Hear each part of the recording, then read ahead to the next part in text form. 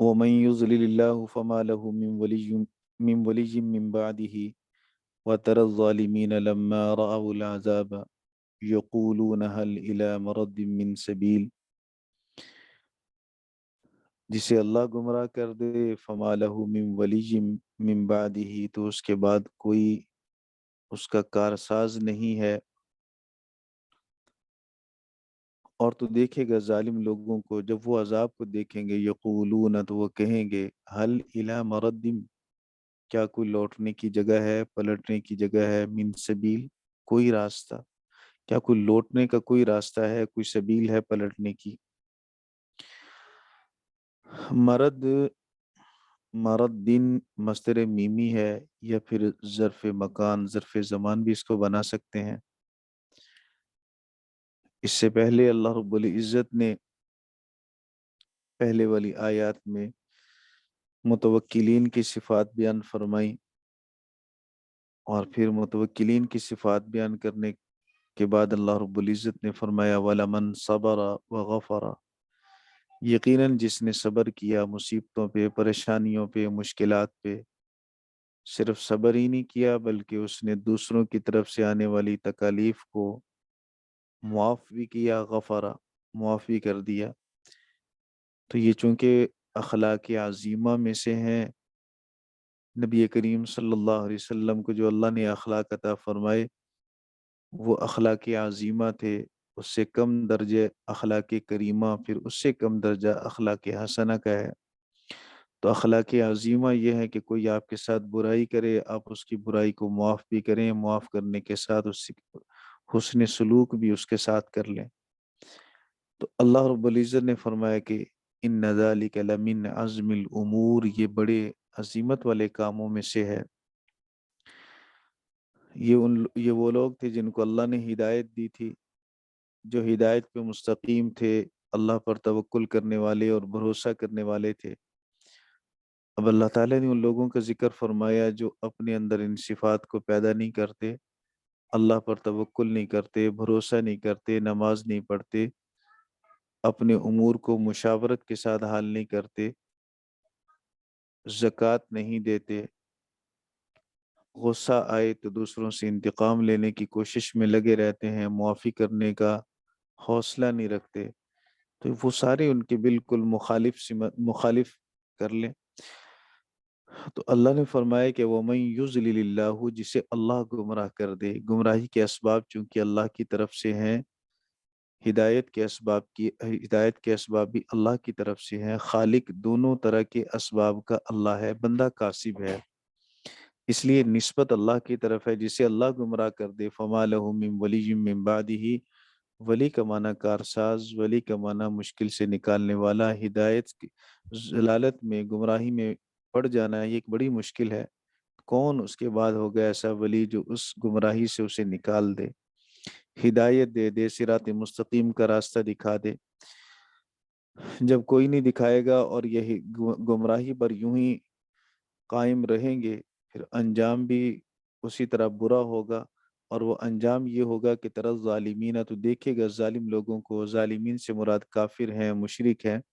لما رأوا العذاب، جب وہ کافر مشرک عذاب کو دیکھیں گے قیامت کے دن، یقولون، تو وہ کہیں گے هل الى مرد من سبیل. یہ من سبیل کے اوپر جو من ہے یہ من استغراق کے لیے ہے، اور استغراق کا مطلب کوئی راستہ بھی، کوئی راستہ، کوئی سبیل تو ہو پلٹنے کی. ہم دنیا میں واپس جانا چاہتے ہیں، واپس جا کے اللہ کی توحید کو ماننا چاہتے ہیں، نبی کریم صلی اللہ علیہ وسلم کی اطاعت اور اتباع کرنا چاہتے ہیں، ہم اپنے اپنے رسولوں کی غلامی میں اپنی زندگی گزارنا چاہتے ہیں. کوئی تو راستہ ہو واپس پلٹنے کا.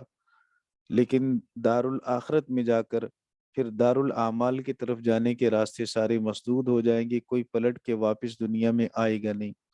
اس لیے بار بار تنبیہ کی جا رہی ہے، اسی زندگی سے فائدہ اٹھا لو، اسی تنبیہ سے فائدہ اٹھا لو.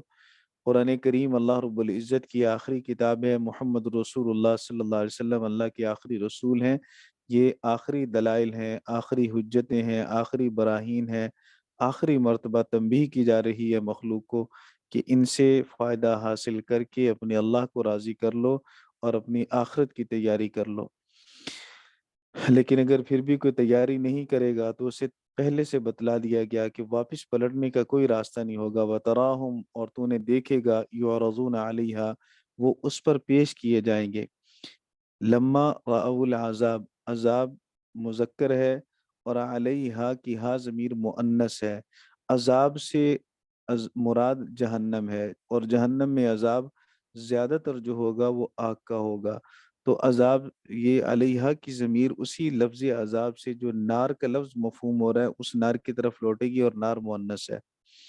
تراہم، تو دیکھے گا انہیں، یعرضون علیہا، یعرضون علی النار، وہ جہنم آگ پر پیش کیے جائیں گے، خاشعین من الذل، تواضع کے ساتھ، عاجزی کے ساتھ، ذلیل ہو کر، اس حال میں کہ وہ عاجز ہوں گے ذلیل ہو کر، ینظرون من طرف خفی، اور وہ دیکھیں گے چھپی آنکھوں کے ساتھ، طرف خفی، چھپ کر، جھکی آنکھوں کے ساتھ، چھپی آنکھوں کے ساتھ۔ یہ ذلت اور انکساری کی انتہا ہوگی کہ شرم کے مارے نگاہیں بھی اوپر نہیں اٹھا سکیں گے، اور پھر وہ یوں دیکھیں گے، وقال الذین آمنوا ان الخاسرین الذین خسروا انفسهم واہلیہم یوم القیامہ، پھر وہ لوگ کہیں گے جو ایمان لا چکے، ان الخاسرین، بے شک یقیناً خسارے میں ہیں وہ لوگ جنہوں نے اپنی جانوں کو اور اپنے گھر والوں کو خسارے میں ڈالا، خود بھی ڈوبے، گھر والوں کو بھی ڈبویا، کیونکہ گھر والوں کی ذمہ داری ان پر تھی اور انہوں نے اس ذمہ داری کا احساس نہیں کیا۔ انہوں نے خود بھی گمراہ ساری زندگی ایمان سے دور رہے، گھر والوں کو بھی ایمان کی تلقین کیا کرتے، وہ بھی انہی کی ذمہ داری پر جہنم میں چلے جائیں گے، چونکہ انہوں نے ذمہ داری کا احساس نہیں کیا۔ تو الذین خسروا انفسہم میں بھی یہ بتلایا گیا کہ مرد اپنے گھر والوں کا ذمہ دار ہے، برائی کریں گے تب بھی، اچھائی کریں گے تب بھی، نیکی کریں گے تب بھی مرد کو اس کی نیکی میں اجر ملے گا، اور اگر برائی کریں گے گھر والے اور مرد انہیں نہیں روکتا تو پھر لازمی طور پر مرد اپنی ذمہ داری ادا نہ کرنے کی وجہ سے اس جرم کے اندر شریک سمجھا جائے گا، اور اگر مرد اپنی ذمہ داری کو ادا کرتا ہے اور پھر اس کی بیوی، اس کے بچے گمراہی کے راستے پہ چل نکلتے ہیں تو پھر یہ بری الذمہ ہے۔ لیکن اگر یہ اپنی ذمہ داری میں کوتاہی کرے تو پھر یہ بھی برابر کا ذمہ دار ہوگا۔ یا ایھا الذین آمنوا قوا انفسکم واہلیکم نارا، ایمان والوں کو بھی اس بات کا حکم دیا گیا کہ اپنے آپ کو اور اپنے گھر والوں کو جہنم کی آگ سے بچاؤ۔ قیامت کے دن جہنم کی آگ میں جب جائیں گے تو ایمان والے کہیں گے، وقال الذین آمنوا ان الخاسرین الذین خسروا انفسهم واہلیہم یوم القیامہ، کیونکہ اصل ہلاکت، اصل خسارہ قیامت کا خسارہ ہے۔ الا ان الظالمین فی عذاب مقیم، غور سے سن لو، بے شک ظالم لوگ ہمیشہ کے عذاب میں ہوں گے۔ ویسے مقیم کا معنی رہنے والا، لیکن یہاں مقیم بمعنی دائم کے ہے، ہمیشہ ہمیشہ کے عذاب میں ظالم لوگ، ظالم سے مراد کافر اور مشرک ہیں، وہ ہمیشہ ہمیشہ کے عذاب کے اندر ہوں گے۔ وما کان لهم من اولیاء، اور ان کے لیے کوئی کارساز نہیں ہوں گے۔ من زائدہ ہے، اور اس من زائدہ نے ماں کی نفی کے اندر تاکید پیدا کر دی، کسی طرح کا کوئی بھی کارساز نہیں ہوگا ان کے لیے، ینصرونہم من دون اللہ، اللہ کے سوا جو ان کی مدد کر دے۔ مدد کرے گا تو اللہ ہی کرے گا، دنیا میں بھی اللہ کی مدد ہے اور آخرت میں بھی اللہ ہی کی مدد ہے۔ اللہ رب العزت کی مدد کے بغیر کوئی معاملہ ٹھیک نہیں ہونے والا، کسی مشکل سے کوئی نکلنے نہیں والا۔ جب اللہ رب العزت نے یہ فرما دیا وما کان لهم من اولیاء ینصرونہم من دون اللہ، تو معلوم ہوا کہ مشکل کشا صرف اللہ ہے، اس لیے کہ اللہ کے سوا کوئی بھی قیامت کے دن مشکل کشائی نہیں کرے گا۔ قیامت کے دن چونکہ انکشاف حقائق ہوگا، ہر چیز کی حقیقت واضح ہو رہی ہے، تو جب اللہ رب العزت قیامت کے دن بھی اللہ ہی مشکل کشا ہے، تو دنیا کے اندر بھی مشکل کشا اللہ ہی ہے، حاجت روا اللہ ہی ہے۔ اس لیے مشکلات میں، حاجتوں میں، بیماریوں میں، پریشانیوں میں ایک اللہ کی طرف رجوع کرنا، یہی ایمان کی اور مؤمن کی شان ہے۔ وَمَن يُضْلِلِ اللَّهُ فَمَا لَهُ مِن سَبِيلٍ، جسے اللہ گمراہ کر دے اور وہ در در کی ٹھوکریں کھائے، در در کا بھکاری بنے، در در پہ پیشانی کو جھکائے، فَمَا لَهُ مِن سَبِيلٍ، تو اس کے لیے کوئی راستہ نہیں ہوگا، کوئی راستہ بچنے کا نہیں ہوگا، کیونکہ ذکر قیامت کا ہے۔ مَا كَانَ لَهُمْ وَمَا كَانَ لَهُم مِّنْ أَوْلِيَاءَ، ان کے لیے کوئی کارساز نہیں ہوگا، يَنصُرُونَهُم مِّن دُونِ اللَّهِ، جو اللہ کے سوا ان کی مدد کرے، تو جسے اللہ گمراہ کر دے گا فَمَا لَهُ مِن سَبِيلٍ، اس کے لیے کوئی راستہ نہیں ہوگا۔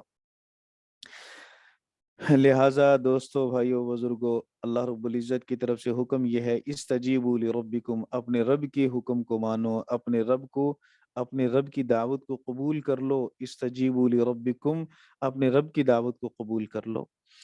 وہ رب ہے، تمہارا پرورش کرنے والا ہے، وہ تمہارے اوپر مہربان ہے، تمہارا محسن ہے۔ محسن کی دعوت کو قبول کرنا چاہیے، اور جب اس کے احسانات کو سوچو گے دعوت کو قبول کرنا آسان ہوگا۔ جب اس کی مہربانیوں پہ توجہ کرو گے تو پھر اس کی بات کو ماننا، اس کے حکم کی تعمیل کرنا تمہارے لیے مشکل نہیں رہے گا۔ استجیبوا لربکم من قبل ان یأتی یوم لا مرد له من اللہ، اس دن کے آنے سے پہلے پہلے اس کی دعوت کو قبول کر لو، جس دن میں اللہ سے لوٹنا کوئی نہیں ہوگا، پھر اللہ سے ٹلنے کی کوئی صورت نہیں ہوگی۔ لہٰذا دنیا میں آپ کو پورا پورا موقع دیا جا رہا ہے، آپ اللہ کے عذاب کو اپنے اوپر سے ٹال دیں۔ اذان ہوتی ہے، ایک منادی اللہ کی طرف سے ندا لگاتا ہے کہ اے ایمان والو، نماز پڑھ کر اپنے اوپر اس جہنم کی آگ کو بجھاؤ۔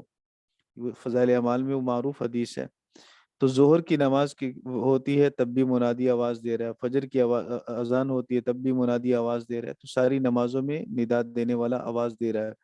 تو ہمیں بار بار تنبیہ کی جا رہی ہے، استجیبوا لربکم، اپنے رب کی دعوت کو قبول کر لو، من قبل ان یأتی یوم لا مرد له من اللہ، جس دن اللہ رب العزت سے پلٹنے کی کوئی صورت نہیں ہوگی۔ تو دنیا میں تو پلٹنے کی، بچنے کی، بچاؤ کی بہت ساری صورتیں اللہ نے رکھی ہیں، اور قیامت کے دن اللہ رب العزت کی اطاعت کے سوا کوئی چیز اللہ سے بچانے والی نہیں ہوگی۔ ما لکم من ملجأ یومئذ، تمہارے لیے اس دن کوئی پناہ گاہ نہیں ہوگی۔ وما لکم من نکیر، اور کوئی تمہارے لیے نکیر بھی نہیں ہوگا۔ نکیر کا معنی روک ٹوک کرنے والا۔ دنیا میں ایک چھوٹی عدالت فیصلہ کرتی ہے، بڑی عدالت اس پہ روک ٹوک کر دیتی ہے، پھر سیشن کورٹ سے ہائی کورٹ کے بعد پھر سپریم کورٹ آتا ہے، لیکن جب معاملہ سپریم کورٹ کے پاس جاتا ہے تو پھر ایک آخری امید رہ جاتی ہے صدر کی۔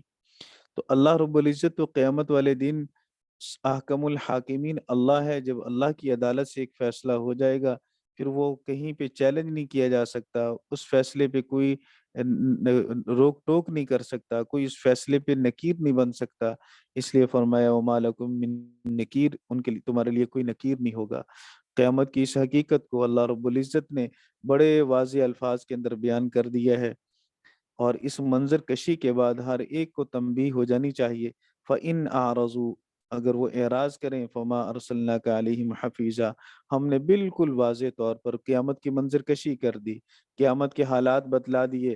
وہاں بچاؤ کی صورت کوئی نہیں ہوگی، وہاں جانے کے بعد لوگ تمنائیں کریں گے کاش ہمیں واپس بھیج دیا جائے، اس لیے اس تمنا سے پہلے دنیا میں اعمال کر لو۔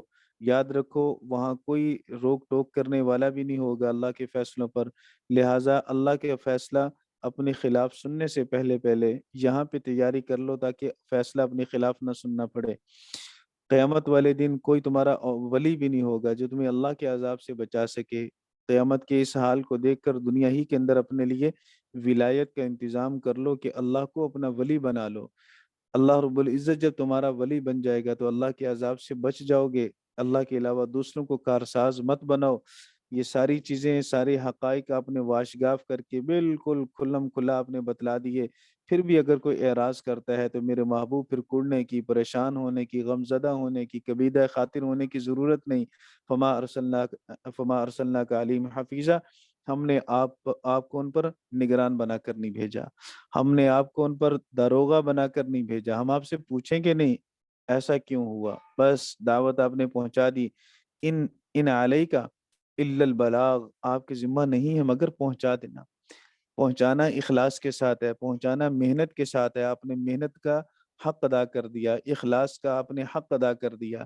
تو آپ نے جس خیرخواہی اور ہمدردی کے ساتھ دعوت دی ہے، وہ دعوت بالکل دلائل کے ساتھ مزین تھی، اور اس میں براہین تھے، اور وہ دعوت اپنی ہر اعتبار سے کامل اور مکمل دعوت تھی، تو آپ نے حق ادا کر دیا۔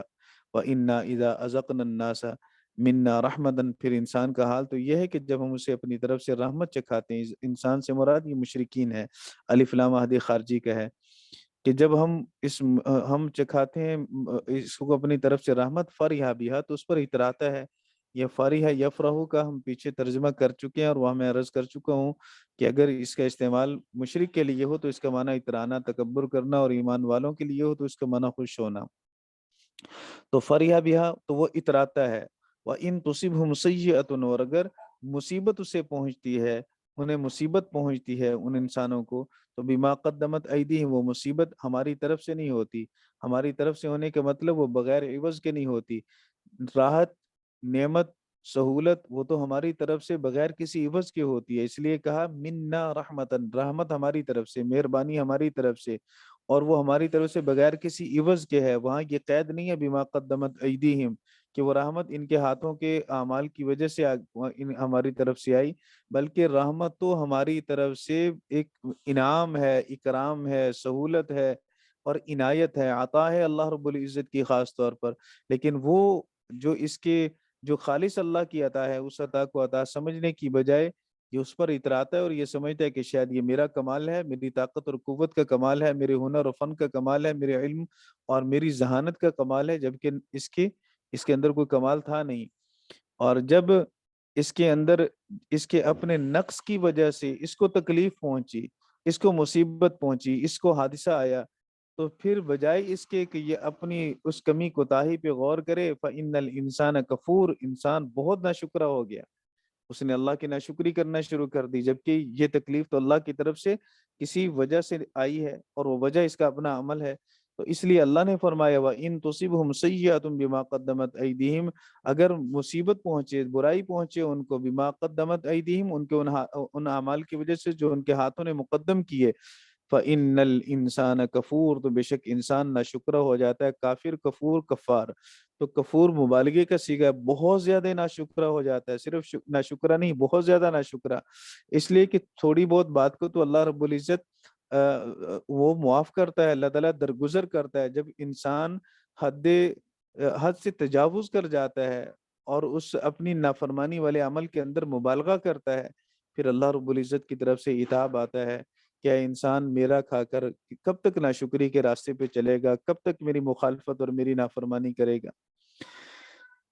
للہ ملک السماوات والارض، اللہ ہی کے لیے بادشاہت ہے آسمانوں اور زمینوں کی، لہٰذا سجدہ اسی کے لیے ہے، مشکل کشا وہی ہے، حاجت روا وہی ہے، اور ولی اور کارساز وہی ہے، جو اس سورہ مبارکہ کا دعویٰ ہے۔ یہ 9ویں دلیل آگی اس پر، یخلق ما یشاء، وہ جو چاہتا ہے پیدا کرتا ہے، اس لیے دنیا میں کسی کے پیدا ہونے میں اس کی مشیت کا دخل نہیں ہے، کسی انسان کی مشیت کا دخل نہیں ہے، اللہ رب العزت کی مشیت کا دخل ہے۔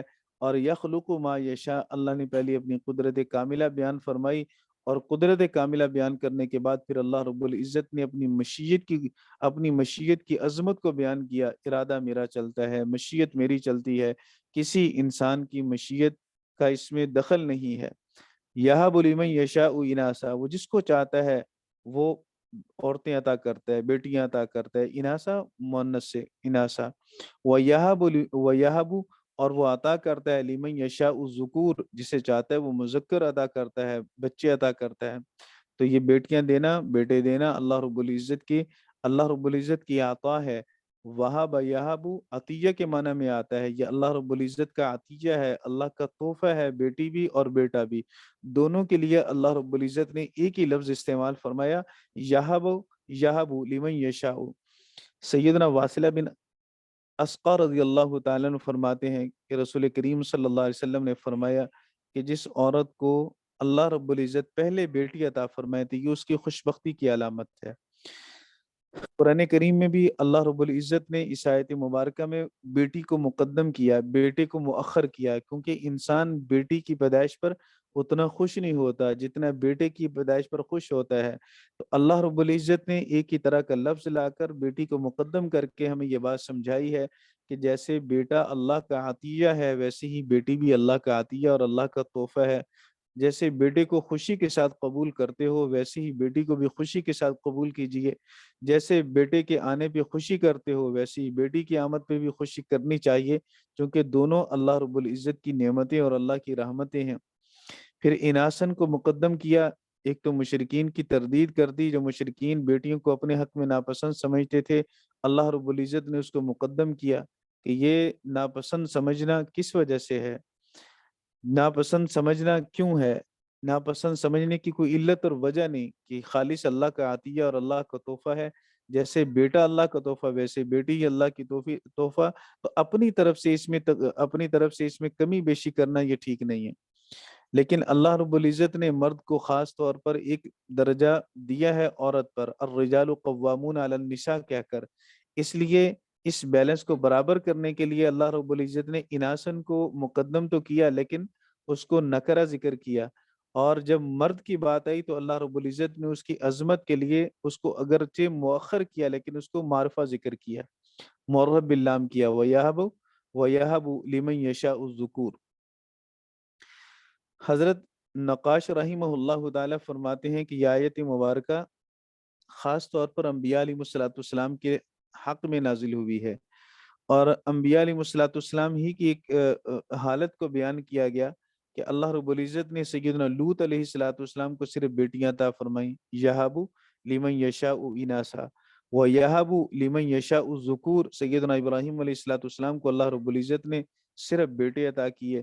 او یزوجہم ذکرانا و اناسا، یہ اللہ انہیں جوڑے دیتا ہے مذکر اور مؤنث، ذکرانا مذکر و اناسا مؤنث۔ سیدنا اسماعیل اور اسحاق علیہ السلام کو اللہ رب العزت نے مذکر اور مؤنث دونوں اولادیں عطا فرمائی۔ وَيَجْعَلُ مَن يَشَاءُ عَقِيمًا، اور اللہ جسے چاہتا ہے بانجھ کر دیتا ہے۔ سیدنا یحییٰ علیہ السلام کی اولاد نہیں تھی۔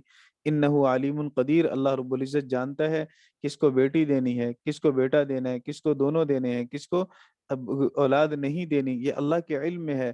قدیر، اللہ قادر بھی ہے اس بات پر۔ اللہ رب العزت نے اپنی قدرت کاملہ کا اظہار کیا، تو اللہ رب العزت نے یہ خاص طور پر انبیاء علیہ الصلوۃ والسلام کے لیے اگرچہ آیت نازل فرمائی، لیکن حکم اس کا عام ہے جی۔ الفاظ کی عموم کی وجہ سے ساری مخلوق کو یہ حکم شامل ہے۔ سب مخلوق کے ساتھ اللہ رب العزت کا معاملہ اسی طرح ہوتا ہے، لہٰذا بیٹی کی پیدائش پر عورت کو لان تان کرنا، اسے ملامت کرنا، مرد کی پیدائش پر بیٹوں کی پیدائش پر اپنے آپ کی مردانگی پہ فخر کرنا کہ شاید یہ میرے اندر کو خاصہ ہے، تو بھائیو اپنے اندر کوئی خاصہ نہیں ہے۔ اللہ جسے چاہتا ہے، جو چاہتا ہے عطا فرماتا ہے۔ یہ اللہ ہی کی قدرت ہے، اللہ کی تقسیم پہ ہمیشہ راضی رہنا چاہیے اور اسی کو اپنے حق میں بہتر سمجھنا چاہیے۔ ہم جو مانگتے ہیں، جو چاہتے ہیں، وہ ہمارے حق میں اکثر طور پر اچھا نہیں ہوتا۔ اللہ کے فیصلے جب ہماری چاہت کے خلاف آنے لگیں تو اللہ کے فیصلوں کو اپنی چاہت پہ ترجیح دینی چاہیے اور اپنی چاہت کو اللہ کے فیصلوں میں قربان کر دینا چاہیے۔ اسی میں عافیت ہے، اس لیے کہ ہمارے چاہنے سے اللہ کا فیصلہ نہیں بدلے گا، لہٰذا اپنی چاہت کو اللہ کی چاہت میں فنا کر دیجئے۔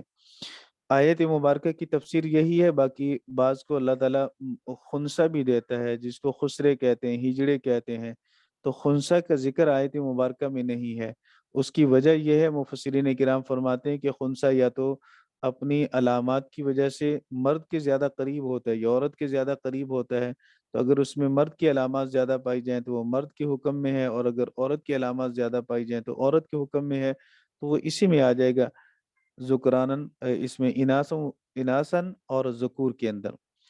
او یزوجہم ذکرانا و اناسا کی ایک تفسیر وہ ہے جو اہل سنت والجماعت نے فرمائی، جو معروف ہے، جو صحیح ہے، جو قرآن و سنت کے موافق ہے، اور وہ یہی ہے جو میں نے عرض کی کہ یہاں یزوجہم کا معنی جوڑے جوڑے ہے۔ اللہ رب العزت ان کو جوڑے جوڑے دیتا ہے، مذکر بھی اور مؤنث بھی، یعنی دونوں طرح کی اولاد اللہ تعالیٰ عطا فرماتا ہے۔ لیکن شیعہ شنیعہ اس آیت کی تفسیر میں یزوجہم کو نکاح کے معنی میں لیتے ہیں، اور وہ کہتے ہیں کہ وہ یزوجہم ذکرانا و اناسا کا مطلب یہ کہ اللہ رب العزت ان کا نکاح کرواتا ہے مرد سے بھی عورت سے بھی، لہٰذا ہم جنس پرستی جائز ہے، لہٰذا وطی فی الدبر کرنا، یعنی مرد کے ساتھ یا عورت کے ساتھ پیچھے ہم بستری کرنا، تو یہ بھی جائز ہے ان کے ہاں، بلکہ ان کی تفسیر کی کتابوں میں، اور ایک کتاب ہے ان کی فرق الشیعہ، تو فرق الشیعہ کے اندر انہوں نے لکھا ہے، یہ نجف کی چھپی ہوئی کتاب ہے، حسن بن موسیٰ کی لکھی ہوئی ہے، نجف سے چھپی ہے، ایران سے۔ اور اسی طرح تہذیب الاحکام ان کی بنیادی کتب میں سے ایک ہے، جیسے ہماری بخاری شریف ہے، سیاستہ ہے، ان کی جو اصول اربع ہیں، بڑی 4 کتابیں، ان میں سے ایک تہذیب الاحکام بھی ہے۔ تہذیب الاحکام میں بھی ہے کہ وطیف دبر جائز ہے بشرطے کہ عورت راضی ہو، اگر عورت راضی ہے تو اسے وطیف دبر کرنا جائز ہے۔ اور فرق و شیعہ میں حسن بن موسیٰ نے لکھا کہ مرد کے ساتھ مرد کی بدفعلی کرنا، ہم تو اس کو بدفعلی کہتے ہیں، وہ تو بدفعلی نہیں کہتے، وہ تو کہتے ہیں مرد کے ساتھ ہم بستری کرنا جائز ہے، بلکہ یہ اچھی خواہشات میں سے ہے، اور اس سے انسان کے اندر عاجزی اور انکساری بہت آتی ہے۔ ماشاءاللہ تواضع کا بڑا اچھا راستہ ڈھونڈا انہوں نے۔ تو او یزوجہم ذکرانا و اناسا ویجعل من یشاء عقیما، اللہ جسے چاہتا ہے بانجھ کر دیتا ہے، انہ علیم قدیر، وما کان لبشر ان یکلمہ اللہ الا وحیا، اور انسان کے لیے مناسب نہیں ہے یہ کہ وہ بات کرے اللہ سے مگر وحی کی صورت میں۔ اب وحی سے مراد معروف وحی بھی ہے، وحی سے مراد قرآن بھی ہے، وحی سے مراد جبرائیل علیہ السلام بھی ہے، کہ ملائکہ کے واسطے سے اللہ رب العزت سے بات کی جا سکے گی، او من ورائی حجاب، یا پھر پردے کے پیچھے سے، او یرسل رسولا، یا پھر اللہ رب العزت رسول بھیج دے، فیوحیا، تو اللہ وحی کرے، بِإِذْنِهِ، اپنی اجازت سے، اپنے حکم سے، ما یشاء، جو چاہے۔ تو یہ اللہ رب العزت نے وحی کی صورتیں بیان فرما دی۔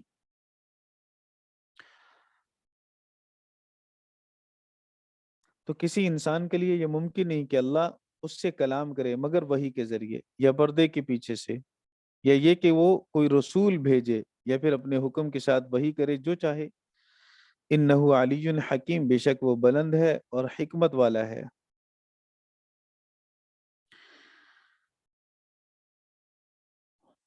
وَكَذَلِكَ أَوْحَيْنَا إِلَيْكَ رُوحًا مِّنْ أَمْرِنَا، اسی طرح ہم نے وحی کیا آپ کی طرف،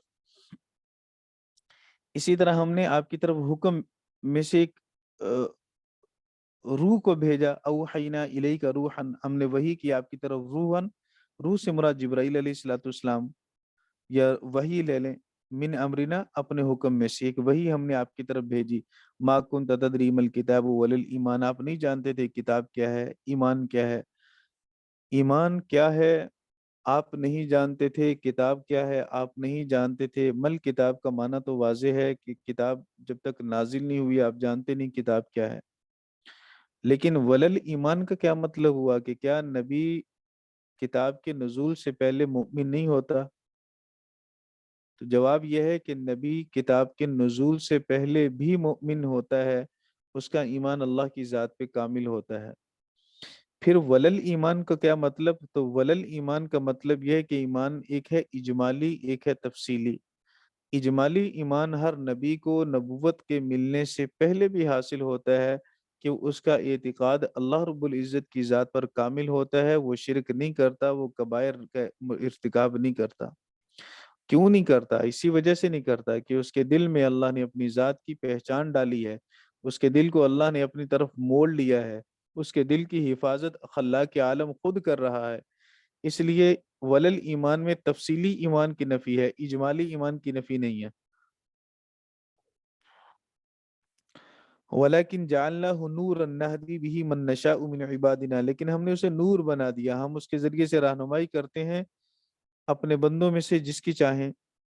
ہم نے اس کو ایسا نور بنا دیا، قرآن کریم کو، کتاب کو، ایمان کو ہم نے ایسا نور بنا دیا کہ اس نور کے ذریعے ہم اپنے بندوں میں سے جس کی چاہیں رہنمائی کرتے ہیں۔ وَإِنَّكَ لَتَهْدِي إِلَىٰ صِرَاطٍ مُسْتَقِيمٍ، اور بے شک آپ تو یقیناً سیدھے راستے کی طرف رہنمائی کرتے ہیں۔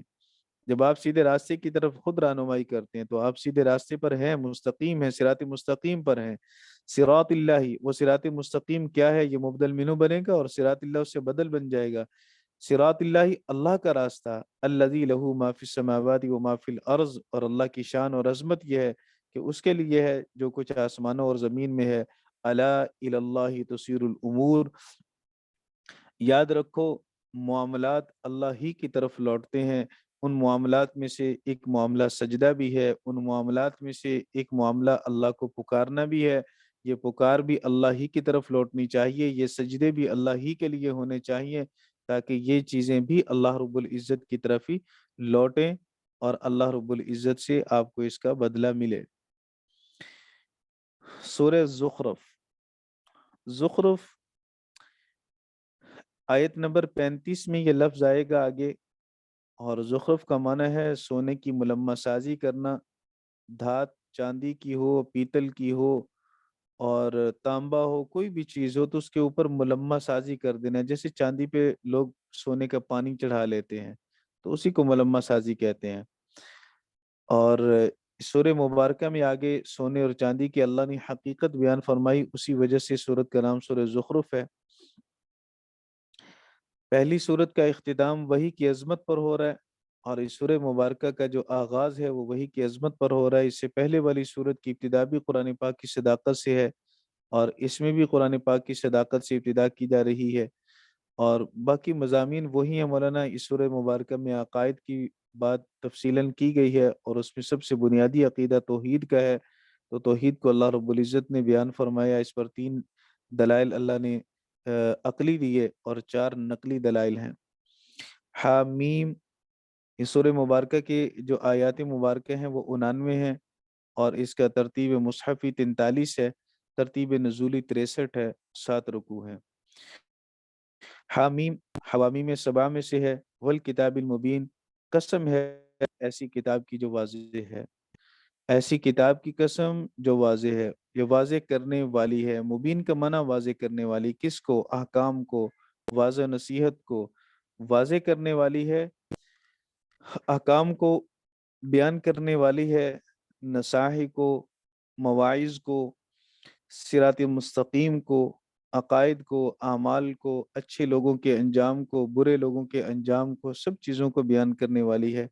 شروع میں وہ قسمیہ ہے، قسم ہے ایسی کتاب کی جو بیان کرنے والی ہے. پھر اس کا جواب قسم آگے ہے، انا جعلناہ قرآنا عربیا لعلکم تعقلون، بے شک ہم نے اسے بنایا، ہم نے اسے بنا دیا قرآن، ایسا قرآن جو عربی میں ہے. قرآن کا عربی ہونا، قرآن عربی، یعنی اس کی تفسیر ہم پہلے کر چکے ہیں. لعلکم تعقلون، تاکہ تم سمجھو. عربی میں ہوگا، تمہاری مادری زبان ہے، تمہیں سمجھنا آسان ہوگا. ہم نے کلام کو تمہارے فہم کے قریب کرنے کے لیے عربی میں نازل کیا، تاکہ تم عقل حاصل، تمہیں سمجھ لو اس کو، تم اسے سمجھ لو. لعلکم کی ضمیر کا مخاطب اہل مکہ ہے. پھر قسم اور جواب قسم کے اندر تعلق ہوتا ہے، ربط ہوتا ہے. وہ ربط یہی ہے کہ قسم دلیل بن رہی ہے جواب قسم پر، لیکن قسم بھی قرآن کریم کی ہے، جواب قسم میں بھی قرآن پاک کی صداقت اور قرآن پاک ہی کا بیان ہے. تو بتلایا یہ جا رہا ہے کہ قرآن مجید خود اپنے وجود پر ایک بہت زبردست قسم کی دلیل ہے. خاص طور پر عرب کے لیے جو فصیح تھے، بلیغ تھے، ان کی فصاحت اور بلاغت کا یہ عالم تھا کہ وہ اپنے سوا سب کو گنگا سمجھتے تھے. عرب کا معنی ہی فصیح و بلیغ، عجم کا معنی گنگا. وہ کہتے تھے باقی تو کسی کو کلام کرنا ہی نہیں آتا، کلام کرنے والے ہم ہیں، شاعر ہم ہیں، فصحا اور بلاغا ہم ہیں. تو ان کے سامنے جب قرآن کریم آیا تو قرآن کریم نے بڑے بڑے فصحا اور بلاغا کی بولتی بند کر دی. سب عاجز آگے، اور سب اس بات کا اقرار کرنے پر مجبور ہو گئے کہ یہ واقعتاً اللہ کا کلام ہے. دل سے کسی نے اقرار کیا، کسی نے زبان سے بھی اس کا اظہار کیا، وگرنہ سب دل سے تو مانتے تھے کہ یہ نبی کریم صلی اللہ علیہ وسلم کا کلام نہیں، اللہ کا کلام ہے. پھر انادن، حسدن، بغضن وہ اس کا انکار کریں زبان سے تو یہ الگ بات ہے، لیکن قرآن کریم اپنے وجود پر ایک دلیل ہے. پھر اس کا چیلنج معروف ہے قرآن کریم کا. وَإِنَّهُ فِي أُمِّ الْكِتَابِ، بے شک وہ قرآن کریم ام الکتاب میں ہے. ام الکتاب سے مراد لوح محفوظ ہے، اور دوسرا ام الکتاب سے علم الہی بھی مراد لیا گیا. اگر لوح محفوظ ہو تو تب بھی کوئی اعتراض نہیں ہوتا، اور اگر علم الہی ہو تو پھر بالکل بھی اس سے اعتراض سے نکل جائے گا کہ علم الہی قدیم ہے، قرآن مجید بھی قدیم ہے. معتزلہ جو کہتے ہیں کہ قرآن کریم حادث ہے اور اللہ کی مخلوق ہے، تو ان کا کہنا ٹھیک نہیں ہے. انا جعلنا کو وہ خلق کے معنی میں لیتے ہیں، انا خلقناہ، ہم نے پیدا کیا قرآن پاک کو، تو قرآن کریم پیدا کیا ہوا نہیں ہے. انا جعلنا یہاں سیرنا کے معنی میں ہے، سیرہ کے معنی میں ہے. تو سیرناہ، ہم نے اسے بنا دیا. انا جعلنا، پھر قرآن کریم ایک کلام ہے اور ایک لفظی ہے. تو لفظی قرآن پاک کو حادث کہا جا سکتا ہے، لیکن جو کلام اللہ ہے، کلام اللہ قدیم ہے، حادث نہیں ہے، اللہ کی صفت ہے، اللہ کی مخلوق نہیں ہے. وَإِنَّهُ فِي أُمِّ الْكِتَابِ، بے شک وہ ام الکتاب میں ہے. لدینا، لدینا، لدینا کا معنی وجود کے اعتبار سے ہمارے قریب نہیں بلکہ مرتبہ کے اعتبار سے ہمارے قریب ہے. اس لیے وجود کے اعتبار سے قریب ہونے کا مطلب یہ ہے کہ اللہ مکان والا ہے، جبکہ اللہ کا تو مکان نہیں ہے، لا مکان ہے وہ تو۔ اس لیے وَإِنَّهُ فِي أُمِّ الْكِتَابِ لَدَيْنَا، یہ لدینا سے مراد مرتبہ کے اعتبار سے بلندی ہے، لَعَلِيٌّ حکیم بلند بھی ہے، لہٰذا جب قرآن پاک بلند ہے اس کے ساتھ جڑنے والے بھی بلند ہو جائیں گے، اس کو پڑھنے والے بھی بلند، اس کو پڑھانے والے بھی بلند، اس کو سیکھنے سکھانے والے بھی بلند۔ یہ قرآن کریم بلندیوں کو، عزتوں کو بانٹنے والی کتاب ہے، جو اس کے ساتھ جڑ جاتا ہے معزز بن جاتا ہے۔ خیرکم من تعلم القرآن وعلمہ، پھر حکیم بھی ہے، دانا ہے، پوری حکمت باتیں ہیں اس کے اندر۔ حکیم بمانا محکم بھی ہے، ہم پیچھے یہ ترجمہ اس کا کر چکے ہیں۔ افنضرب عنکم الذکر، کیا ہم تم سے ذکر کو پھیر دیں، صفحن پھیرنا، کیا ہم تم سے ذکر کو موڑ دیں، موڑنا، کیا ہم تم سے ذکر کو پھیر دیں موڑنے کے لیے۔ دونوں ترجمے ٹھیک ہیں، اس کو مفعول مطلق بھی بنا سکتے ہیں، مفعول لہو بھی بنا سکتے ہیں۔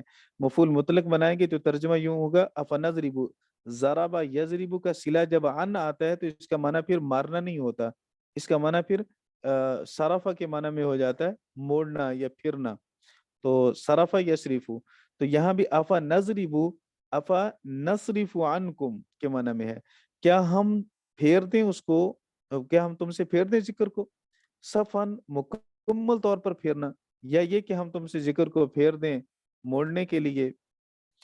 ان کنتم، یہ ان مصدریہ ہے لیکن یہ جملہ تعلیلیہ ہے، اور آیت کا مطلب یہ ہے کہ کیا ہم تم سے ذکر کو پھیر دیں، اس لیے کہ تم ایسی قوم ہو جو حد سے تجاوز کرنے والی ہو۔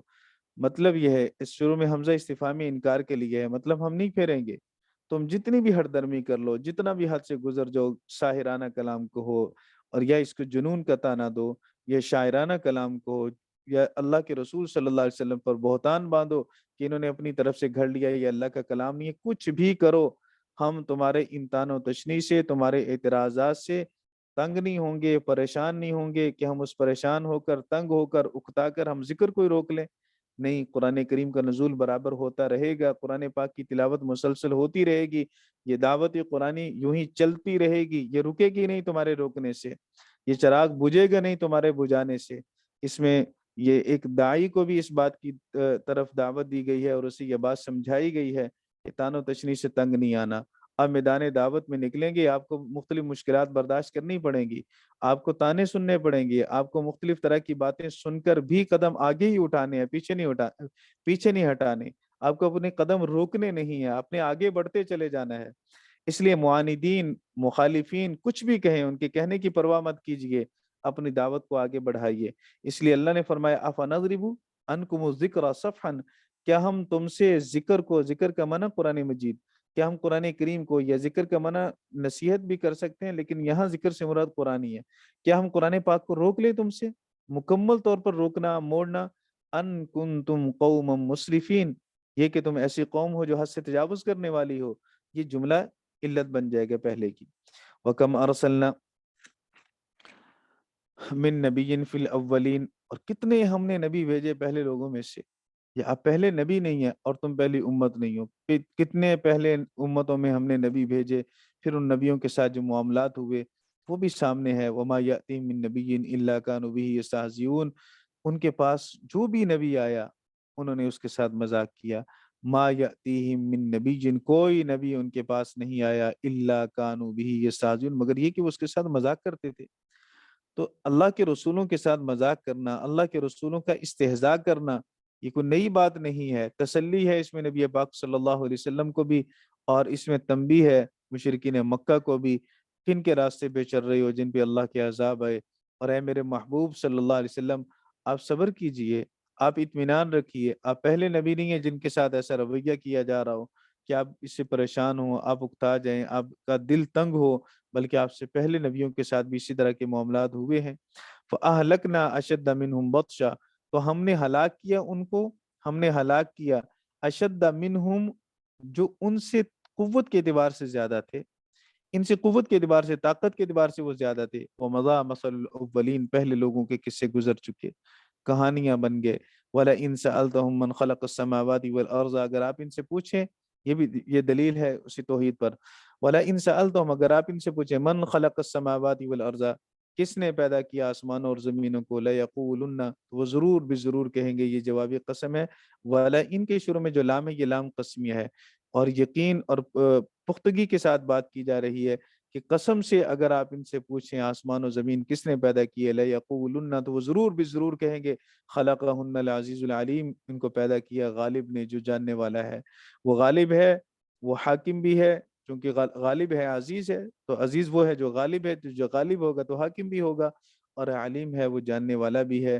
تو جب اللہ رب العزت کے غلبہ کو مانتے ہو، اس کے علم کے قائل ہو، اور اس بات کو مانتے ہو کہ زمین و آسمان جیسی بڑی مخلوقات اس نے پیدا کی، اور کوئی بھی ان کے پیدا کرنے میں اللہ کا شریک نہیں ہے، کیونکہ خالقیت کے اندر مشرکین بھی شرک کے قائل نہیں تھے، وہ تو صرف شرک فی العبادت کرتے تھے۔ تو اے مشرکین، پھر تم اللہ رب العزت ہی کی عبادت کرو، جب خالق کوئی اور نہیں ہے، وہی خالق ہے، تو پھر معبود بھی وہی ہے، اس کے سوا کوئی اور الہ نہیں ہے۔ الذی جعل لکم الارض مہدا، اللہ وہ ذات ہے جس نے زمین کو تمہارے لیے بچھونا بنایا، بالکل جیسے بچے کے لیے وہ بچھونا بنایا جاتا ہے، تو تمہارے لیے جو ایک بچھونے کے اندر سہولیات ہونی چاہیے، بستر کے اندر، وہ ساری سہولیات زمین کے اندر اللہ رب العزت نے رکھی ہیں، پھر اسی میں تمہاری خوراک ہے، اور یہ بچھونے کی طرح بالکل تمہارے لیے آرام دہ ہے، قرار کی جگہ ہے۔ وَجَعَلَ لَكُمْ فِيهَا سُبُلًا، اور اللہ رب العزت نے تمہارے لیے اسی زمین کے اندر سبلن، راستے بنائے، لعلکم تہتدون، تاکہ تم اپنے مقاصد کی طرف رہنمائی حاصل کرو، لعلکم تہتدون الی مقاصدکم، اپنے مقاصد کی طرف رہنمائی کرو، فی اسفارکم، اپنے سفروں کے اندر۔ تو زمین میں راستے ہیں، راستے مختلف منازل کی طرف جاتے ہیں، تم سفر کرتے ہوئے اپنی منزل میں جاتے ہو تو اسی زمین کے راستے پہ چلتے ہو، زمینی راستوں کے استعمال کرتے ہو، تو یہ اللہ کی نعمتیں ہیں تمہارے لیے۔ والذی نزل من السماء ماء، اللہ وہ ہے جس نے آسمان سے پانی کو نازل کیا، نزل ینزل تدریجا، نازل کرنا، تو یکدم طوفان کی صورت میں اللہ نے پانی اوپر سے گرا نہیں دیا، اور قطروں کی صورت میں بارش میں اللہ تعالیٰ نے پانی کو برسایا ہے، جتنی ہمیں ضرورت تھی اتنا برسایا، اور جتنا ہم برداشت کر سکتے تھے اتنا برسایا، جتنا زمین جذب کر سکتی تھی اتنا برسایا۔ یہ الگ بات ہے کہ کبھی کبھی تنبیہ کے لیے اللہ رب العزت اس پانی کی مقدار میں اضافہ کر دے، وگرنہ اللہ رب العزت نے بالکل مقدار کے مطابق نازل کیا، اس لیے آگے فرمایا بقدرین، مقدار کے ساتھ، اندازے کے ساتھ، جتنی تمہیں ضرورت تھی اتنا اللہ نے زمین پر پانی برسایا۔ فَأَنشَرْنَا بِهِ فَأَنشَرْنَا بِهِ فَأَحْيَيْنَا بِهِ، پھر ہم نے اسی پانی کے ذریعے سے زندہ کیا، بلدتم میتا، مردہ شہر کو، جیسے مردہ شہر کو اللہ نے بارش کے پانی سے زندہ کیا، زمین کو اللہ رب العزت نے سرسبز و شاداب کر دیا آسمان سے برسنے والے پانی سے، اسی زمین کی مٹی سے پیدا ہونے والے انسان کو اسی زمین میں دفن ہونے کے بعد اللہ رب العزت اسی طرح بارش برسا کر پھر زمین سے نکالے گا، کذالک تخرجون، اسی طرح تم بھی نکالے جاؤ گے۔ لہٰذا ایک مردہ زمین کا زندہ ہونا جب تمہاری نظروں کے سامنے ہے، تو پھر ایک زندہ انسان کا مر کر زندہ ہونا وہ تمہاری عقلوں سے دور کیوں ہے؟ وہ تمہاری فہم میں کیوں نہیں آتا؟ وہ تمہاری عقلوں میں کیوں نہیں آتا؟ یہ کوئی عقل کے خلاف تو نہیں ہے، یہ کوئی فہم اور سمجھ کے خلاف تو نہیں ہے، یہ بالکل فہم اور سمجھ کے قریب ہے، لہٰذا غور کرنے کی ضرورت ہے، غور کیجئے۔ والذی خلق الازواج کلھا، اللہ وہ ذات ہے جس نے ہر چیز کے جوڑے جوڑے بنائے، دن کا جوڑا رات کو بنایا، زمین کا جوڑا آسمان کو بنایا، تری کا جوڑا خشکی کو بنایا، تو ایک جوڑے جوڑے یوں ہیں، اور دوسرا خلق الازواج کلھا کا معنی اصناف، جوڑے جوڑے یوں بھی ہے کہ اللہ رب العزت نے مرد کے لیے عورت کو پیدا کیا، یعنی تذکیر و تانیث والے جوڑے حیوانات کے اندر جو ہیں وہ مراد ہیں۔ تیسری تفسیر اس آیت مبارکہ کی یہ فرمائے گی، الذی خلق الازواج کلھا کا مطلب یہ ہے کہ ہر وہ چیز جس سے انسان ایک حالت سے دوسری حالت کی طرف آتا ہے، تو اس کو بھی ازواج کے ساتھ تعبیر کیا گیا۔ والذی خلق الازواج کلھا، یہ مفہوم زیادہ وسیع ہے، اس لیے حضرت امام قرطبی رحمہ اللہ تعالی نے اس کو راجح قرار دیا۔ والذی خلق الازواج کلھا، اللہ وہ ذات ہے جس نے ہر چیز کے جوڑے جوڑے بنائے، وجعل لکم فی الفلک، اور اللہ رب العزت نے تمہارے لیے کشتیاں بنائی، والانعام، اور جانور بنائے ان جیسے کشتیوں کی طرح، یہ اونٹ ہے، ما ترکبون، جس پر تم سوار ہوتے ہو، ما ترکبون، جس پر تم سوار ہوتے ہو، تو یہ سوار ہونے کا جو اس کا ما ترکبون ما موصولہ، اور ترکبون یہ اس کا صلہ بنے گا، لیکن ضمیر عائد یہاں محذوف ہے، اور ضمیر عائد یہاں محذوف کر کے اس کے عموم کی طرف اشارہ ہے۔ کچھ سواریاں وہ ہیں جو اس وقت بنائی گئیں، جن کو اس وقت کے لوگ سمجھتے ہیں، وہ کشتی ہے، وہ اونٹ ہے، اور وہ دیگر بوجھ اٹھانے والی سواریاں ہیں، گھوڑے ہیں، خچر ہیں، گدھے ہیں، لیکن کچھ سواریاں وہ ہیں جو اس وقت اگر بیان کر بھی دی جاتی تو وہ لوگ سمجھ نہ سکتے۔ انہیں جہاز کا مفہوم کیسے سمجھ میں آتا، انہیں بڑی بڑی ٹرینوں کا مفہوم کیسے سمجھ میں آتا، بڑی بڑی بوجھ اٹھانے والی گاڑیوں کا مفہوم کیسے سمجھ میں آتا۔ اس لیے وہ مفعول بھی محذوف کر دیا۔ مفسرین کرام فرماتے ہیں کہ جدید سواریاں، جدید ایجادات جتنی بھی ہوں گی وہ ساری کے ساری ما ترکبون کے اندر آ جائیں گی، جن پر تم سوار ہوتے ہو۔ لِتَسْتَوُوا عَلَى ظُهُورِهِ، تاکہ تم سوار ہو جاؤ، تاکہ تم قائم ہو جاؤ ان کی پشتوں پر۔ لِتَسْتَقِرُّوا عَلَى ظُهُورِهِ، لِتَسْتَوُوا عَلَى ظُهُورِهِ کا معنی لِتَسْتَقِرُّوا عَلَى ظُهُورِهِ، تاکہ تم ان کی پشتوں پر ان کی پشتوں پر تم قائم ہو جاؤ۔ یہ ظہور ظاہر کی جمع ہے، ظاہر کہتے ہیں کمر کو، اور ہی ضمیر لوٹے گی ماں کی طرف، اس لیے ضمیر واحد کی ہے۔ ثم تذکروا نعمت ربکم، پھر تم ان کی پشتوں پر سوار ہو کر اپنے رب کو بھول نہ جانا، فراموش نہ ہو جانا، جس رب نے تمہارے لیے سفر کو کم کر دیا۔ پیدل چلتے مہینے لگتے، گھوڑے پر سفر کیا، اونٹ پر سفر کیا، تھکاوٹ بھی نہ ہوئی، اور وہ لمبا سفر جلدی طے ہو گیا۔ پھر اللہ رب العزت نے تمہیں مزید سہولت دی، گاڑی آ گئی، موٹر سائیکل آ گیا، پھر جہاز آ گئے، اور یہ سفر مزید کم ہو گیا۔ لہٰذا ان سواریوں پر جب سوار ہو تو کہیں یہ نہ ہو کہ عادت کے مطابق روز سوار ہوتے ہوئے تم اپنے رب کو فراموش کر دو، ان چیزوں کا نعمت ہونا تمہارے ذہنوں سے نکل جائے۔ عادت انسانی یہ ہے کہ جس چیز کو وہ روٹین میں استعمال کرتا ہے تو اس کی اہمیت دل سے نکل جاتی ہے۔ پانی اتنی قیمتی نعمت ہے، ہوا اتنی قیمتی نعمت ہے کہ چند منٹ اگر رک جائے یا ہمیں چند گھنٹے پانی میسر نہ ہو تو ہماری پھر حالت دیکھنے والی ہوتی ہے، کتنی طلب انسان کو ہوتی ہے۔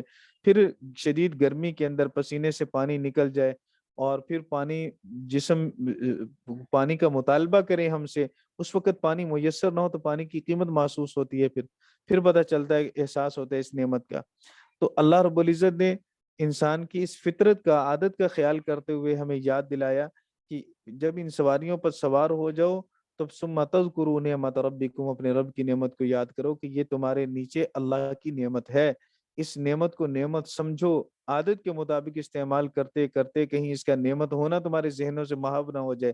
اذا استویتم علیہ، جب تم قائم ہو جاؤ اس پر، جب تم قرار پکڑ لو اس پر، وتقولوا، اور تم کہو سبحان الذی سخر لنا، پاک ہے وہ ذات جس نے ہمارے لیے اسے مسخر کر دیا، اسے ہمارے تابع کر دیا۔ اتنا بڑا اونٹ ہے، چھوٹا سا بچہ بھی اس کو لے کے چلتا ہے تو اس کی نافرمانی نہیں کرتا۔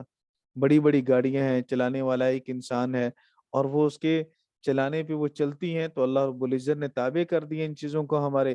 وما کننا لہ مقرنین، ہم تو اسے تابع کرنے والے نہیں تھے۔ تو میرے اللہ رب العزت نے یہ فضل فرمایا، مہربانی فرمائی، انسانی عقل سے جو چیزیں ایجاد ہوئی تو وہ بھی تو انسان کو دی گئی عقل اللہ ہی کی تھی، جس عقل سے اس نے ان چیزوں کو ایجاد کیا۔ تو ہر چیز کا موجد حقیقی تو اللہ ہی ہے، اس لیے اللہ رب العزت کی نعمتوں کو یاد کیجئے۔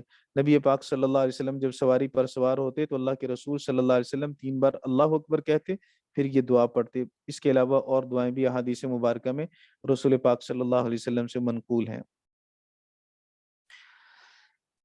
اور پھر کہو وَإِنَّا إِلَىٰ رَبِّنَا لَمُنْقَلِبُونَ، بے شک ہم اپنے رب ہی کی طرف یقیناً لوٹنے والے ہیں۔ اِنَّا تاکید ہے، إِلَىٰ رَبِّنَا مقدم کیا، حسر آ گیا، تاکید دوسری آ گئی۔ لَمُنْقَلِبُونَ کے اوپر لام پھر تاکید کا، 3 تاکیدوں کے ساتھ اللہ نے بات کی۔ وَإِنَّا إِلَىٰ رَبِّنَا لَمُنْقَلِبُونَ، سواری پہ بیٹھے ہو، ایک شہر سے دوسرے شہر، ایک ملک سے دوسرے ملک سفر کر رہے ہو، سمجھ لو جیسے یہ سفر ہے، اسی طرح ایک سفر تمہیں وہ بھی پیش آنے والا ہے۔ اس سفر سے شاید تم واپس پلٹ آؤ، لیکن ایک سفر وہ بھی آنے والا ہے کہ جس سفر پہ چلے جانے کے بعد واپس پلٹنا نہیں ہے۔ وہ سفر آخرت کا سفر ہے، وہ سفر اپنے رب کی طرف سفر ہے۔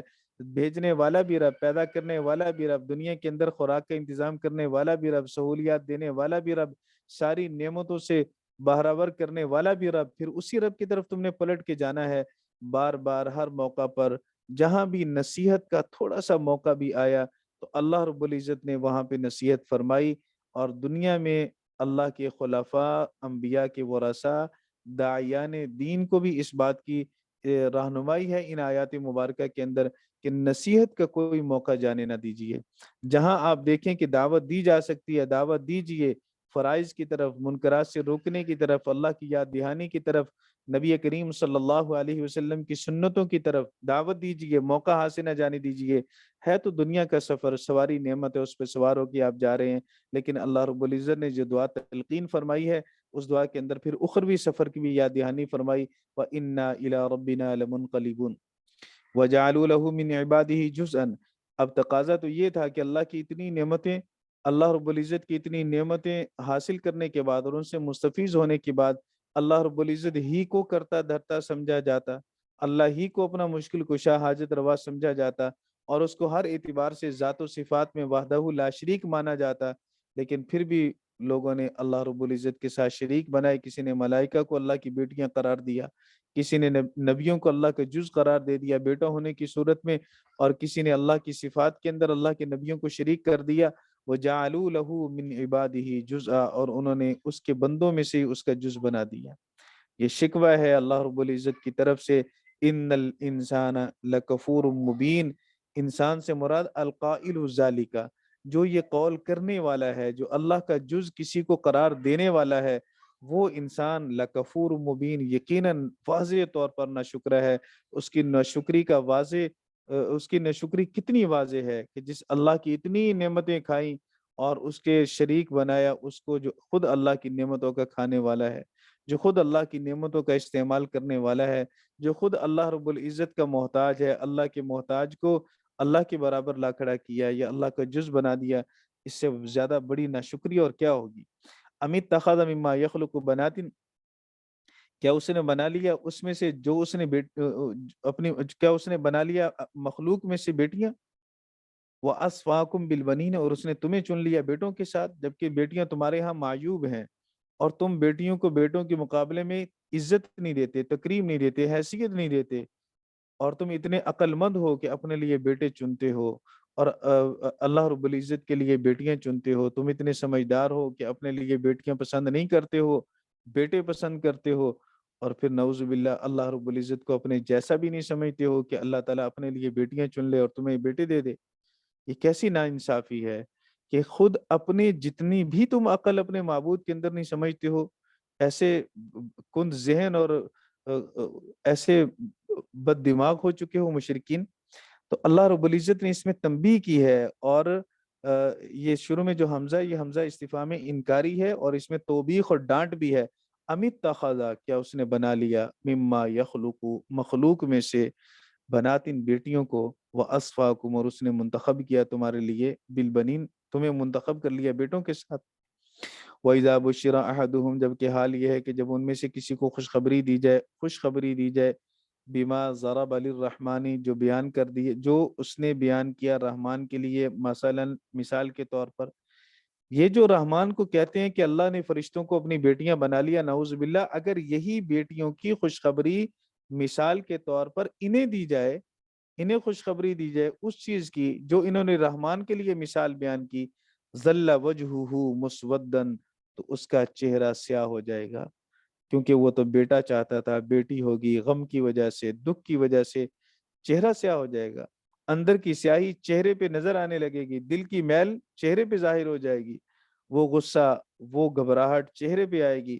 خود تو اس قدر بیٹی کو حقیر سمجھتے ہیں اور اپنے حق میں معیوب سمجھتے ہیں، لیکن یہ کیسے بدبخت ہیں کہ اپنے معبود کے لیے اس چیز کو منسوب کر رہے ہیں جو اپنے حق میں معیوب ہے، جو اپنے حق میں جس کو پسند نہیں کرتے ہیں۔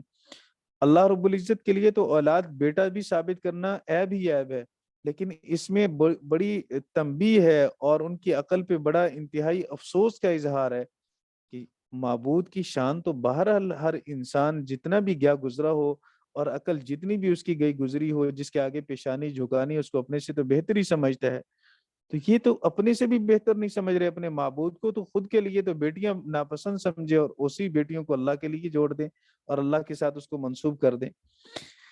پھر اللہ فرماتا ہے وہ کظیم، کظیم کہتے ہیں جو اندر ہی اندر گھٹتا رہے، اپنے غم کو ظاہر نہ کر سکے، اپنا غم زبان پہ لا بھی نہیں سکتے، کیسے کہیں، لیکن دل ہی دل کے اندر اتنے گھٹ رہے ہیں کہ اس کی وجہ سے وہ زبان سے وہ بیان تو نہیں ہو رہا، لیکن چہرہ اس کا بتلاتا ہے کہ اندر دکھ بڑا ہے، غم بڑا ہے، چہرہ سیاہ ہو رہا ہے۔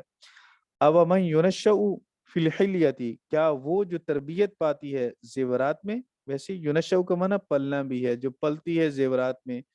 اور من ملنا اسم موصول ہے، اسم موصول مذکر اور مؤنث دونوں کے لیے استعمال ہوتا ہے. من اور ما آپ نے پڑھا ہے. تو یہ لفظوں کی رعایت کر کے ینشأ فی الحلیہ مذکر کے صیغے ہیں، لیکن حقیقت میں مراد اس سے مؤنث ہے. وَمَن يَقْنُتْ مِنْكُنَّ لِلَّهِ وَرَسُولِهِ، تو یقنت وہاں بھی مذکر کا صیغہ من کی وجہ سے ہے. تو یہاں بھی اومن یونشأ فی الحلیہ، کیا وہ جو زیورات میں پرورش پاتی ہے، زیورات میں پرورش پاتی ہے، وہو فی الخصام، وہو ضمیر مذکر کی ہے، مراد اس سے مؤنث ہے، اور یہ ضمیر مذکر کی من کی وجہ سے مذکر ہے.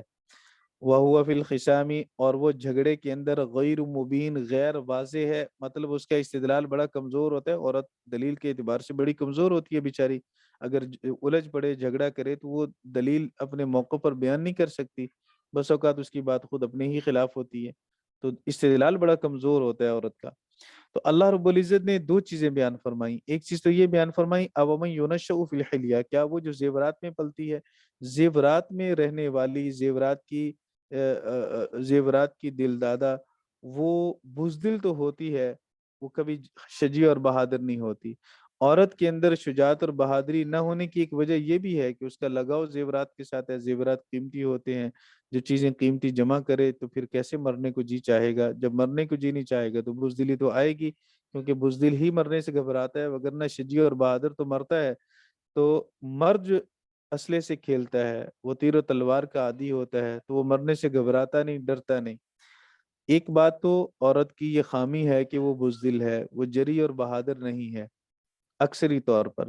اور دوسری بات یہ کہ عورت کے لیے اللہ رب العزت نے یہاں فرمایا اومن یونشأ فی الحلیہ، تو مفسرین کرام فرماتے ہیں کہ عورت کے لیے زیور کا استعمال کرنا جائز ہے. بالاتفاق عورت زیورات سے اگر مزین ہوتی ہے تو یہ اس کے لیے جائز ہے. اللہ رب العزت نے اس آیت مبارکہ میں جو بات ارشاد فرمائی اس سے یہی مفہوم ہوتا ہے. اور دوسری خامی اللہ تعالیٰ نے یہ بیان فرمائی وَهُوَ فِي الْخِصَامِ غَيْرُ مُبِينٍ، وہ جھگڑا کرنے میں، الجھنے میں، مباحثہ کرنے میں اس کا استدلال کمزور ہوتا ہے. تو یہ دو خامیاں ہیں، ان دو خامیوں کے ہوتے ہوئے بھی وہ اللہ رب العزت کے ساتھ عورت کو منسوب کرتے ہیں. وَجَعَلُوا الْمَلَائِكَةَ الَّذِينَ هُمْ عِبَادُ الرَّحْمَنِ إِنَاثًا، اور انہوں نے اللہ کے ان بندوں کو، انہوں نے ملائکہ کو جو کہ اللہ کے رحمان کے بندے ہیں، مؤنث بنا دیا، جبکہ وہ تو مؤنث نہیں ہے، وہ تو تذکیر و تانیث والی اس تقسیم سے پاک ہیں. اشاہدوا خلقہم، کیا وہ ان کی تخلیق پہ حاضر تھے؟ ستکتب شہادتہم بانہم اناث، تو ان کی گواہی لکھ لی جاتی کہ بے شک وہ عورتیں ہیں. اگر تو یہ فرشتوں کی تخلیق کے وقت حاضر تھے اور انہوں نے دیکھا کہ اللہ نے انہیں مؤنث بنایا ہے، تو پھر ان کی گواہی لکھ لی جائے. وَيُسْأَلُونَ عَنْهَا فِي الْآخِرَةِ، اور آخرت میں ان سے اس کے بارے میں پوچھا جائے، پھر ان کو سزا بھی دی جائے کہ تم نے کس منہ سے، کیوں، کس دلیل کی بنیاد پر تم نے ملائکہ کو مؤنث کہا. وقالوا، اور انہوں نے کہا لو شاء الرحمن ما عبدناہم، اگر رحمان چاہتا تو ہم اس کی عبادت نہ کرتے. یعنی ایسے بدبخت تھے، ایک تو اللہ رب العزت کے ساتھ شریک ٹھہراتے، پھر شریک ٹھہرانے کے ساتھ اپنی اس شرک والے جرم کا ذمہ دار بھی اللہ کو قرار دیتے کہ اللہ رب العزت جب سب کچھ وہی کرتا ہے، کائنات کا خالق اور مالک وہی ہے، اور وہ اسی کی مرضی سے سب کچھ ہوتا ہے، تو ہم اگر بتوں کے آگے جھکتے ہیں تو یہ بھی تو اسی کی مرضی سے ہے. اگر اسے پسند نہ ہوتا تو پھر وہ ہم پہ عذاب بھیجتا. اس کا عذاب نہ بھیجنا، ہمیں کچھ نہ کہنا، اور اسی طرح آزادی کے ساتھ ہمارا چلنا پھرنا گھومنا، یہ اس بات کی دلیل ہے کہ اللہ رب العزت ہمارے اس عمل سے راضی ہے. ما لہم بذالک من علم، اللہ رب العزت فرماتا ہے کہ یہ جو وہ کہتے ہیں کہ اللہ راضی ہے، القول من الرضا، یہ جو رضا والی وہ بات کرتے ہیں، اللہ کہتا ہے اس پر ان کے پاس کوئی دلیل نہیں ہے. یا یہ جو وہ کہتے ہیں کہ ہماری تقدیر میں یوں ہی لکھا ہوا، تو تقدیر کا علم تو ان کے پاس نہیں ہے. انہم الا یخرسون، نہیں ہے وہ مگر اٹکل کرتے، اندازے لگاتے، جھوٹ بولتے ہیں. ام آتیناہم کتابا من قبلہ، کیا ہم نے انہیں اس سے پہلے کوئی کتاب دی، یعنی قرآن کریم سے پہلے، من قبلہ من قبل القرآن، کیا ہم نے اس سے پہلے کوئی کتاب دی انہیں؟ فہم بہ مستمسکون، تو وہ اس سے مضبوط دلیل پکڑتے، اس سے تمسک کرتے، دلیل اس سے پکڑتے کہ فلاں کتاب کے اندر، آسمانی کتاب میں لکھا ہوا ہے کہ آپ ملائکہ کی عبادت کر سکتے ہو. ایسی تو کوئی کتاب نازل نہیں ہوئی. بل قالوا انا وجدنا آباءنا، ان کے پاس مضبوط دلیل نہیں، مضبوط تمسک نہیں ہے، استدلال نہیں ہے ان کے پاس. اور ایک ہی بات ہے، بل قالوا، بل اعراض ہے ما قبل سے کہ ہم نے کوئی کتاب نہیں بھیجی، ان کے پاس کوئی دلیل بھی مضبوط نہیں ہے، بس یہ ہے قالوا انا وجدنا آباءنا علی امہ. وہ کہتے ہیں کہ ہم نے اپنے آباء و اجداد کو اپنے آباء و اجداد کو ایک راستے پہ پایا. امہ کا معنی ہے طریقہ، راستہ، ایک راستے پہ پایا. وَإِنَّا عَلَىٰ آثَارِهِمْ مُهْتَدُونَ، بے شک ہم انہی کے نقش قدم پر چلنے والے ہیں، انہی کے نقش قدم پر ہم چلتے ہیں اور راہ پاتے ہیں. وَكَذَلِكَ مَا أَرْسَلْنَا مِن قَبْلِكَ فِي قَرْيَةٍ مِّن نَذِيرٍ إِلَّا قَالَ مُتْرَفُوهَا، اور اسی طرح جب ہم نے بھیجا آپ سے پہلے کسی بستی میں کوئی ڈرانے والا، چونکہ بات مشرکین کی ہے اس لیے نذیر کی صفت لائے، بشیر کی نہیں لائے، کیونکہ مشرکین کو، کفار کو نبی ڈراتے ہیں، خوشخبری تو ایمان والوں کے لیے ہے. تو اللہ فرماتا ہے کہ جب بھی بستی کے اندر آپ سے پہلے کوئی رسول آیا، ڈرانے والا آیا، الا قال مترفوها، تو اس کے مالدار لوگوں نے کہا انا وجدنا آباءنا علی امت، بے شک ہم نے اپنے آباء و اجداد کو ایک طریقے پر پایا، وانا علی آثارہم مقتدون، ہم انہی کے نقش قدم کی اقتداء کرنے والے ہیں، ہم انہی کے پیچھے چلنے والے ہیں. ہمیشہ مالدار عیش پرست ہوتا ہے، اپنے نفس کی بات کو مانتا ہے، منمانی زندگی گزارنا چاہتا ہے، اور منچاہی زندگی گزارنے میں رسول کی دعوت چونکہ رکاوٹ بنتی ہے، اس لیے سب سے پہلے مالدار طبقہ انبیاء کی اور رسولوں کی مخالفت کرتا ہے. الکیس من دان نفسہ لما عمل بعد الموت، تو الکیس من دان نفسہ وعمل لما بعد الموت، عقل مند انسان وہ ہے جو وہ اعمال کرے جو اس الکیس من دان نفسہ، عقل مند وہ ہے جو اپنے نفس کو جھکا لے، عاجز کر لے. تو یہ نفس کے خلاف کون چلے گا؟ وہی چلے گا جو نفس کو ان چیزوں کا عادی نہ بنا چکا ہو. اور مالدار لوگوں کے نفوس تو ان چیزوں کی عادی بن چکے ہوتے ہیں، اپنی خواہشات پہ چلنے کے، جو دل میں آیا وہی کرنا ہے، جو خواہش ہوئی اس کو پورا کرنا ہے. اپنی ہر خواہش کی تکمیل میں وہ ہر ممکن کوشش کرتے ہیں کیونکہ ان کے پاس پیسہ ہے. اب انبیاء کی دعوت چونکہ اس کے آگے رکاوٹ بنتی ہے تو پھر انبیاء کا انکار کرنے والے مترفوہا، یہ اول لوگ یہی ہوتے ہیں. اللہ رب العزت کہتا ہے قال اولو جئتکم باہدی مما وجدتم علیہ آباءکم، اس نے کہا کہ کیا اگر میں تمہارے پاس اس سے بھی زیادہ سیدھا راستہ لے آؤں جس پر تم نے اپنے آباء و اجداد کو پایا. قالوا، تو انہوں نے کہا انا بما ارسلتم به کافرون، ارسلتم انت ومن قبلک، چونکہ ارسلتم جمع کا صیغہ ہے اور رسول تو ایک ہی آیا جس کی طرف بھی آیا، تو مطلب سب رسولوں کی دعوت ایک ہے، اور دعوت کے ایک ہونے کی وجہ سے سب رسولوں کی تکذیب کی جا رہی ہے. تو انہوں نے کہا قالوا انا بما ارسلتم به کافرون، انہوں نے کہا کہ بے شک جس پیغام کے ساتھ تم بھیجے گئے ہم تو اس کا انکار کرنے والے ہیں. اللہ رب العزت کہتا ہے کہ جب انہوں نے یوں انکار کیا تو فانتقمنا منہم، ہم نے ان سے انتقام لیا. فانظر کیف کان عاقبۃ المکذبین، پھر دیکھ کیسا انجام ہوا جھٹلانے والوں کا.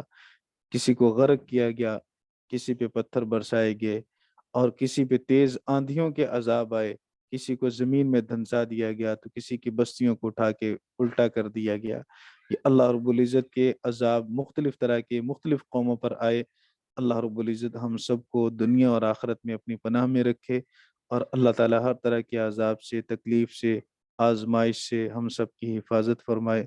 اللہ رب العزت قرآن کریم کے آمین مطابق اپنے عقائد و اعمال بنانے کی، اپنانے کی ہم سب کو توفیق عطا فرمائے. آمین. آمین. دوستو، بھائیو، بزرگو، 5 اور 2 7 رکوع رہ گئے صرف.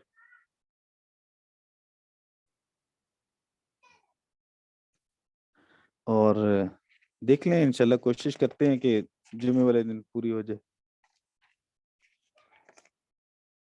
ٹھیک ہے جی، جی ٹھیک ہے، جمعے والے دن انشاءاللہ دعا کر لیں گے انشاءاللہ جی انشاءاللہ. یہ انشاءاللہ. مولانا صاحب یہ کب ہوں گی جی، ہمارے امتحان کب ہوں گے؟ امتحان تو محتمل